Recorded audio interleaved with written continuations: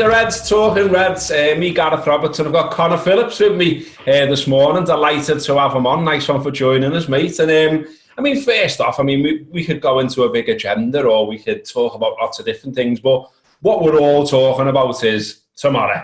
Tomorrow, the big moment, the moment we've waited all this time for, the captain of Liverpool Football Club getting the trophy in his hands, lifting it aloft, and finally us being able to say once and for all, Liverpool champions. Did you see the little video of it getting inscribed? Yeah, it's beautiful. This is, you know what? This is the most perfect time to make my Talking Reds debut, to take my Talking Reds virginity away from me, right? When we're talking about, I don't know, I think in my opinion, the biggest moment that we will have, or anyone who's sort of under 40 will have as a Liverpool fan, and I know that's not me being disingenuous in any way, shape or form to the two Champions Leagues that Liverpool have won in my life, or the four finals they've been in, but I don't know, I just feel this massive, massive sense of relief now. It just feels like my shoulders have dropped, and I think I'll go as far as saying I couldn't give a shit about the result tomorrow night. You know what I mean? I wouldn't go that far, I've got to be honest. I think just to silence the very low hum of people moaning, because there's not many. But, the Liverpool's form since they came back, has not been great. I think you've got to always put the caveat on it that, they've won the league. And there's a fantastic stat that I've managed to dig out about this just to really sort of underline the form before and after. And it's unbelievable, really. And I'm trying to find it. Here we go. Liverpool have dropped more points in the 5 games since becoming champions, 8, than they had in the previous 40 matches. So it's 1-2, drawn 1, lost 2 lately. And in that 40 match sequence that I mentioned, it was 137, drawn 2, lost 1, which is phenomenal. I have no issue with this, right? Because play football to win trophies. Yeah. That gave those football matches were played to win a trophy. And they have won the trophy. And I'm okay with giving a couple of lads games. I'm okay. I love the fact that Nico Williams is getting a game. I love the fact that new number 17, Curtis Jones, is getting games. It annoys me now, actually, that Harvey Elliott won't play the 5 games to get a Premier League medal. That's where my head's at. And then you have this caveat on top of a caveat. Should Liverpool beat Chelsea, it opens the door for the likes of Manchester United to play Champions League football next year. So it's a really weird feeling. But I'll go back to the very first thing I said. The relief's there. To watch that trophy being inscribed, it's just like, go on. We've waited for this, and we're going to enjoy the moment. What do you think about, what Liverpool have been doing? Because it's concerned some people, hasn't it? But for me, when we played Palace and we played as well as we did against Palace, and okay, some people will say it was only Palace and things like that, but we played fantastic that night. And there was no crowd there and all the rest of it, but they still played. And Klopp said something afterwards. He said, I told them to go out and basically play the best game of football ever behind closed doors. Now, he can't use that line again, but you kind of think, he's the master at saying the right thing at the right time, isn't he? And I think tomorrow night, I get what you're saying about sort of it doesn't really matter. And there is that sort of weird one about Chelsea, Leicester and Man United all being so close together points-wise in terms of who gets the spots in the Champions League. But nevertheless, I think the moment that you want to lift the big trophy and have the disco lights and all the stuff that we've seen leaked around on social media this morning, you kind of want that to come after a win, I think. And I think we'll see... Liverpool will be up for it, won't they, tomorrow night? Yeah, they will be up for it, right? And this Chelsea side are slowly progressing under Lampard. I don't know what it is. I don't hate Lampard. No, I don't. I kind of like him. He's grand. He's playing some really good football. Now, there was the rules and regulations that they broke meant that they couldn't buy a lot of players for a while, but the started blooding youngsters, and that's something we get excited by in football. Kind of like Lampard. Kind of don't wish them any ills. It's not like when Jose was over Chelsea, you were just going, oh, for fuck's sake, here they go again. And he's doing something with this side, which is relatively exciting. So it would be nice to put a little bit of a stop to that, because I get the feeling with Champions League football next year, there's a few extra quid going into Chelsea as well. They've bought some decent players, a couple of them right from under our noses, allegedly. So from that perspective, I'd like to see that we can maybe put a stop to that. On top of that as well, it would be nice to finish the season on a proper high, because the amount of piss that's being boiled amongst rival fans about Liverpool actually setting up a plinth to pick up the trophy tomorrow night. You may have seen the videos. I am loving fans losing their shit over this. I am loving fans going, oh, only Liverpool would set up a stage in a plinth to pick up a trophy with no fans there. And you're going, well, only Liverpool have got 20-odd players picking up a Premier League medal this year. Only Liverpool are picking up that trophy. The world's media is going to be there looking at only Liverpool. Yep. So from all that sort of tied in together, yeah, you're absolutely right. I still want to win. I still want to stop any sort of trajectory Chelsea might be on. But, and they're like almost stereotypical party poopers, aren't they? I mean, obviously we all remember, unfortunately, what happened in 13-14, and Mourinho looking like he'd been pulled straight from the gutter after a night on the aisle, rocking up unshaven, looking like he'd got some clothes out the charity shop, and then, to be fair, getting a result that ruined our day and ruined our season, really. It'd be nice to get one over them for that reason as well. I mean, obviously we won at Stamford Bridge earlier in the season, a fantastic win. We won the European Super Cup in the end, albeit on penalties. They knocked us out the FA Cup. It's the fourth time we're meeting them this season. Been a lot of close games with them in general, a lot of draws. We've got a lot of sort of recent history with them. I always sort of pushed back on the idea that they were any kind of rival, and I still would. Everton are our rivals, Manchester United are our rivals, Chelsea, but there is a level of, I don't want to say hatred, but there's beef there, isn't there, because of that recent history? Yeah, and it would be lovely if we pulled out an absolute screamer against Chelsea, a la what Mo Salah did. It'd be nice to hear Martin Tyler getting a bit excited by the champions. Would be pretty nice. There's beef, but then this is the thing. This is where we are now. So when Liverpool are battling for 7th and 8th and 9th in seasons gone by, when we thought then we were getting so close to winning the title, and then you fall away at the last minute, you get knocked out early in Champions League and stuff, then you don't have beef with anybody. People don't see you as the beef. Yeah. But now, thankfully, because of the position we're in and because the position Chelsea are in, the beef does re-exist. Of course, Luis Garcia is probably going to be mentioned 782,000 times tomorrow night, whether we like it or not. The ghost goal is going to be mentioned. Jose is going to be mentioned. John Terry is going to be mentioned. And then there's the weird combination of, right, we all collectively took the piss out of John Terry for putting his full Chelsea strip on, his shin pads going up and lifting, was it the Champions League? Or was the league? It was the Champions League, wasn't it? Champions League, wasn't it? I think, yeah. And he was suspended, wasn't he? So he wasn't, he wasn't involved at all. Is Hendo going to do that tomorrow? There's going to be this weird sort of juxtaposition between us. We all took the piss out of Terry for doing it. So is Hendo going to do it tomorrow night? But it'd be nice if he did. He could go, well, actually, we just got to win over you lot, and we're about to lift the Premier League trophy, so I don't care. Yeah, Liverpool are favourites for this one. Only odds of evens currently, though. Chelsea are 5-2. Chelsea's only Premier League victory over Liverpool in the past 10 attempts was a 1-0 at Stamford Bridge in May 2018. There have been 5 draws, 4 wins for Liverpool. So we've definitely sort of, any sort of sign they had over us at any point, we seem to have sorted that out. But their form since, we mentioned Liverpool's form before, their form since football resumed, if you like, in June, has been, it's got to be said, decent. Only 2 defeats, 1 to West Ham, a 3-2 at West Ham. They were defeated 3-0 at Sheffield United as well. But they obviously beat Manchester City to give us that moment when we all got out there and celebrated and everything else. They beat Man United at the weekend in hilarious fashion, after all what Man United have been given lately. So they look a decent side, and Giroud as well has had this sort of second coming and is banging in loads of goals, and no one will need reminding that he's done all right against Liverpool in the past.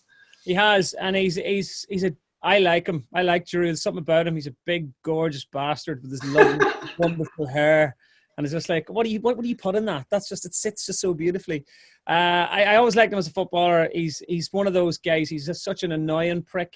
He'll always be hanging around there somewhere, but at the same time, you wish he was kind of your annoying prick at the same time. So he has got that little air of arrogance about him. But then this is the thing about him. He'll go 10 games without scoring a goal, and then he'd bang in 2 against Liverpool. He has done it in the past. So he's not hateful. And in the same way, N'Golo Kante is the same. Kante hadn't scored in a long time, and then he pulls out an absolute worldie against Liverpool earlier on this season as well. So, yeah, their form has been good. But so the question is, what do you think on this one? Do you think Liverpool go as strong as possible tomorrow, or are we seeing another game for Jones? Are we seeing, it says, I think Shaqiri's back from injury. Origi's probably chomping at the bit to get a game. We don't know the crack with Wijnaldum and his contract. Maybe he's going to want to get maximum games out as well. How do you think they'll line up tomorrow?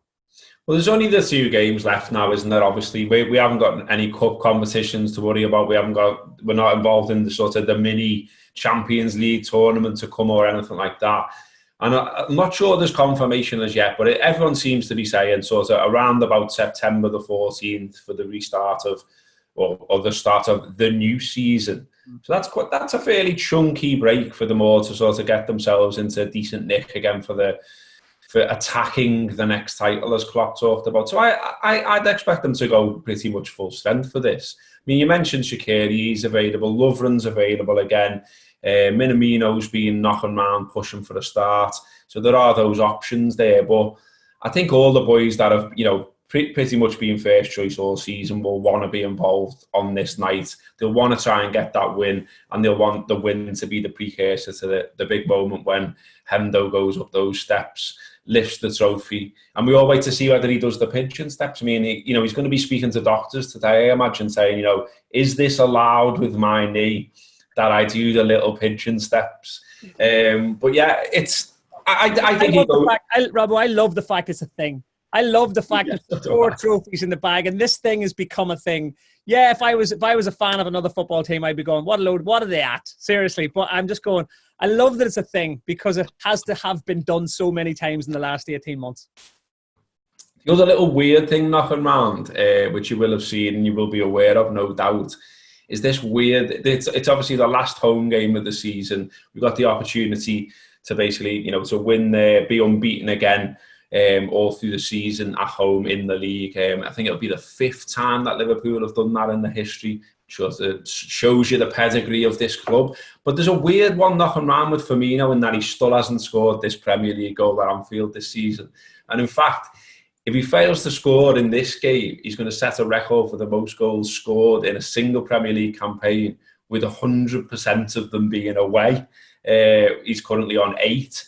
It's a strange one, that, isn't it? And it's got people talking as well. And I've seen people say, you won't talk about Firmino, and you won't say that, he's not been playing to his normal levels and all that. Well, I've just said it. What do you make of Roberto lately? He hits any penalty tomorrow. He's on pens tomorrow, as far as I'm concerned. I don't know. I think he's lit up in his last 18 months. He's lit up that position, and his stats, his passing stats, his stats getting on the ball, holding off players. But like you said, there's one big glaring stat, a big massive 0 at scoring at home, which is such an anomaly. It doesn't happen. It's usually the complete other way around. Mm-hmm. But then we can't forget about the massively important goals that he has scored away from home. And the amount of players we've seen, specifically those who've come in from South America, and specifically those who've come in from countries that don't have the traditions of the Premier League, who struggle away from home. The fact that Firmino's got those 8 goals away from home is kind of, maybe I am clutching at straws because I'm a red, but I'm always impressed with that. I'm always impressed with a foreigner who scores a lot of goals away from home. Well, realistically, they're all foreigners now. So I put him on penalties tomorrow. I love him. I love what he's done. I love his hair. I love his cheeky smile. I love the fact there's literally no talk about him going anywhere, because there was a wee hum there not too long ago about clubs that were looking at him and potentially he'd go somewhere else. There's none of that at the moment. He seems to be buying into what Klopp's doing. his ability, the gegenpressing that he shows, or the put him under pressure, I'm going to call it, on the day that we're burying Jack Charlton, because that was an Irishism for what Jack Charlton used to call it. He epitomizes that. So I really, really, really want him to score a goal. And to talk about Martin Tyler again, because Martin Tyler keeps bringing it up. Martin loves a wee mention of this. He does. So it would be nice that if he could do it, then Mr. Tyler can no longer mention it. And maybe it's going to be an absolute stunner. It's going to be Salah all over again, Mr. Tyler. I do love when he gets one of his own stats rammed back down his throat. I mean, it happened against Brighton where he was like, oh, and it's been 7 hours, however many minutes since Liverpool scored away from home. And then it was like, bang, bang. Within about 30 seconds, Liverpool had scored 2 goals. And it was like, so what was that stat again, Martin? Have you got that one for us again? So yeah, it'd be nice if he trotted out the Firmino one and Firmino got a goal. I think it'd be quite fitting as well if he ends up on the score sheet tomorrow, because I do feel he does a lot of sort of tireless work that goes unnoticed, really. The other players, right? If you're a Liverpool player in that team tomorrow, are you taking the ball with your back to goal? Are you looking for Firmino? Salah is on the run for the Golden Boot yet again. Mane is, in my opinion, in the top 3 players in the UK this year. So, he is, because of his selfish nature and the way he's got vital goals. Are they looking for Bobby tomorrow? What do you reckon? Nah. I mean, as you've just said there, the other 2 lads there both love a goal of their own. And we've almost seen this little weird mini competition since the football resumed, haven't we? Where they're going for it from all kinds of angles. I mean, Mo's had 10 shots, 6 on target in the last 2 Premier League games, but obviously no goals, which is a bit of a mad one. But you can see there that he is trying, and you keep referencing it, and I think you're right too. Obviously, we all remember the goal against Chelsea last season, the one that did get Martin Tyler excited. It's an absolute belter. I found it this morning and shared it on Twitter, actually, just because, I woke up, was thinking about the game, and I thought, that Mo goal was last season against you, wasn't he? And looked it up again. Absolute belter. Didn't get any work done for the first half hour. You posted that, and I was like watching it again. He couldn't have caught that, and there's no keeper in the world saving that either. And what does Carragher say on it as well? Something like, the keeper didn't even sniff it. Love that. Speaking of Carragher, and speaking of those other Liverpool players, I think we do have to spare a little thought for those Reds tomorrow as well, because those who battled and never picked up a Premier League title. It's for Gerrard, it's for Carragher, it's for Pepe Reina, Sami Hyypiä, it's for Robbie Fowler, it's for Michael Owen, dare I say. Players who played in Liverpool teams that won things but never got that Premier League title. And I think that, and Klopp's always been really nice, specifically in his early days, to always reference those players. He even was referencing people like Brendan Rodgers earlier on and say, look, thank you for what you've done to the club. Thank you for getting it into sort of semi-decent shape. Granted, he slowly comes in with his own steamroller over 18 months, 2 years, and changes the club. But the culture's there. And without the charism, I hate it when people pluralize people's names. Sorry, without Jamie Carragher, without Robbie Fowler, without Steven Gerrard, Sami Hyypiä, I could go on. It's weird. Tomorrow, the trophy lift doesn't happen. So I think it's very important that we do, I don't want to be too dramatic and say, spare a thought for those who didn't win the Premier League title. But think how much it'll mean to them tomorrow. It's pretty nice when you watch Hendo picking that trophy up. Yeah, I've thought about that, and I think it's a very good point, mate. And obviously, they've said already, haven't they, that Kenny will be involved in some way in it. So I think that's good as well. Obviously the last Liverpool manager to lift it was Kenny, so it'll be good to have him knocking around. Obviously, a shame that Ronnie Moran didn't live to see the day. He's another one where, you think of all the work that he put into Liverpool. You got Roy Evans still around. I'm sure he'll be a very proud man. There's loads of that. There's loads of lovely sentimental stuff about this moment that's ahead of us. And also as well on the Anfield app, we have got something very special in terms of content going out in the morning. We're keeping that under wraps. But it's purposely being done, ready to go for the day that Liverpool are lifting the league. Without giving anything away, like if you were to give yourself a mark out of 10 for how excited you are about what's about to go off, what number are you hitting at? You must be 9.5. Yeah, it's right up there, mate. It's right up there. Honestly, really excited about it. Can't wait for you all to listen to it. So get involved in the Anfield app if you're not already. I know a lot of you just sort of watch the free stuff and things like that, but this is a good time to get involved with the Anfield app. Download the app and all that. As we always say, it's available on all platforms. And just one other thing before we go, we are currently doing a bit of a survey of the people that watch, that listen, that read, but don't subscribe. We just want to get a sort of a handle on what you think of our free stuff, what might tip you over the line to subscribe, what you think of what we're doing in general. So if you'd like to take part in that survey, we'd be delighted if you did. It's theanfieldapp.com/survey. We'll throw the link into the description on this video. So just give that a quick click. It only takes a minute, but it's really useful for us as well in terms of working out what we're doing, why we're doing it, and all the rest of it. But yeah, get on to what we're putting out tomorrow morning. Really exciting. A really exciting time generally. Obviously, we've got the match tomorrow night, 8:15, Anfield, Chelsea. And then whatever the result may be, once it's all done, the lights will go down, the cup will go up, we'll be delighted, Liverpool will be champions for the 19th time, and that's all right, isn't it? How are you feeling? How are you feeling? Like, where are you waking up in the morning thinking about it now? Are you kind of doing that? Your first thing that comes into your head, you're going, it's going to happen. It's actually going to happen, because it's so strange the way it's all done. We knew we won the league. What it must be? Is it a month ago now? 3.5 weeks ago? Boxing Day. That's right. True. Aston Villa away. Yeah.